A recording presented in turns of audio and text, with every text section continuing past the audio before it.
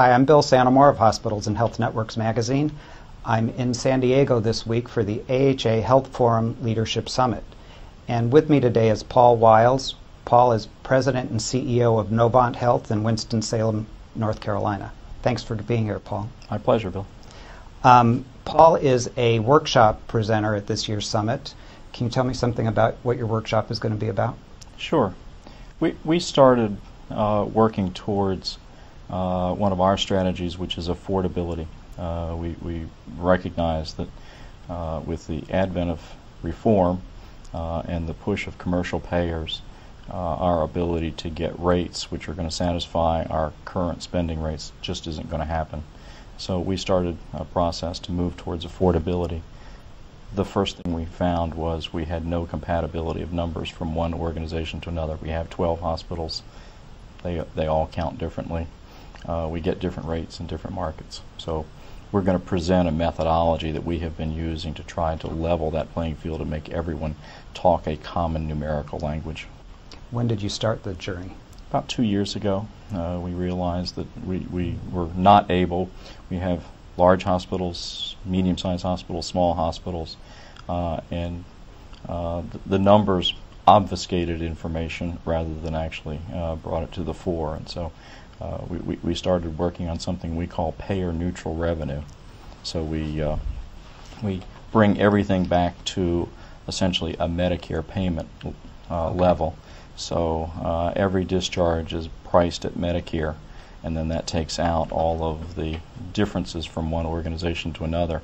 We go back and do the same thing on the cost side, and we can see as a percent of revenue what we cost for doing, let's say, orthopedic procedures or cardiac procedures, or where our operating rooms are out of balance compared to our other facilities. What were the special challenges to doing this across so many organizations? First is what I'd say is data denial. Most organizations, most people inside the organization, when faced with facts, will deny the facts. And so you just have to be a little bit methodical, work through it, bring people along with a sharing, transparent kind of way of the information. And we found once we started doing that with both the clinical staff and the physicians, they started becoming advocates of saying, well, we can be better than this. And competitive juices even inside the organization started to flow. One of the wonderful things we found is no one was great at everything, so everyone had something to bring to the party to say, I'm good at this, I need to learn from you about that. Okay. And you say cost variation exists for 3 reasons? Yeah, one is noise. It's just the way the facility's set up. One is utilization of supplies, man hours, and then another third is essentially the differences. For instance, we've done a fair amount of work in orthopedics.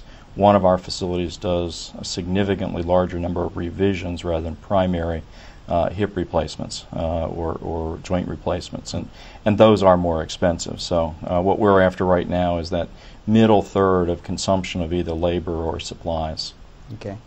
And this is all plays into your vision, the vision of Novant? Yeah, our vision really is a remarkable patient experience in every dimension, every time.